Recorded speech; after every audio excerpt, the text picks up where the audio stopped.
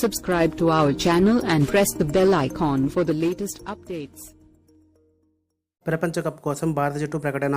పంత్ రాయుడుకి no chance. England వేదికగా May 30 నుంచి ప్రారంభం కానున్న ప్రతిష్టాత్మక వన్డే ప్రపంచ కప్ కోసం భారత సెలెక్టర్లు ఈ రోజు జట్టును ప్రకటించారు. అనుభవం, ప్రదర్శన ఆధారంగా 15 మందితో కూడిన టీంని ఎంపిక చేశారు. ముంబైలోని బీసీసీఐ ప్రధాన కార్యాలయంలో team India captain Virat Kohli, head coach రవిశాస్త్రితో సుదీర్ఘ చర్చల తర్వాత ఈ టీంని ప్రకటించారు. వాస్తవానికి ప్రపంచ కప్ కోసం జట్టుని ప్రకటించే గడువు ఈ నెల 23 వరకు ఐసీసీ ఇచ్చింది. కానీ వారం ముందే భారత్ ప్రకటించడం విశేషం. గడువులోపు ఐసీసీ అనుమతి లేకుండానే జట్టులో మార్పులు చేసుకునే సౌలభ్యం ఉంది.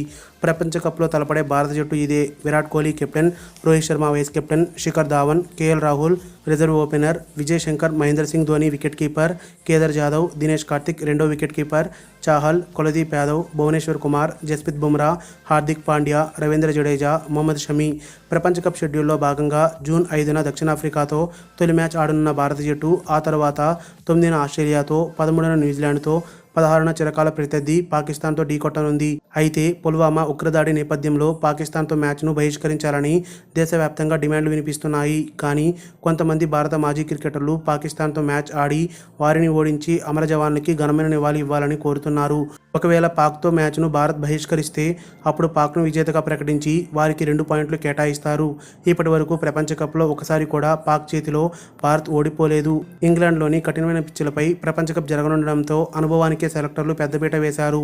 దీంతో యువ వికెట్ కీపర్ రిషబ్ పంత్కి అవకాశం దక్కలేదు. అతని స్థానంలో రెండో వికెట్ కీపర్గా దినేష్ కార్తిక్ జట్టులోకి ఎంపికయ్యాడు. ఒకవేళ ధోని గాయం కారణంగా ఏదైనా మ్యాచ్ ఆడలేకపోతే అప్పుడు కార్తిక్ని ఆడిస్తామని సెలెక్టర్లు వెల్లడించారు.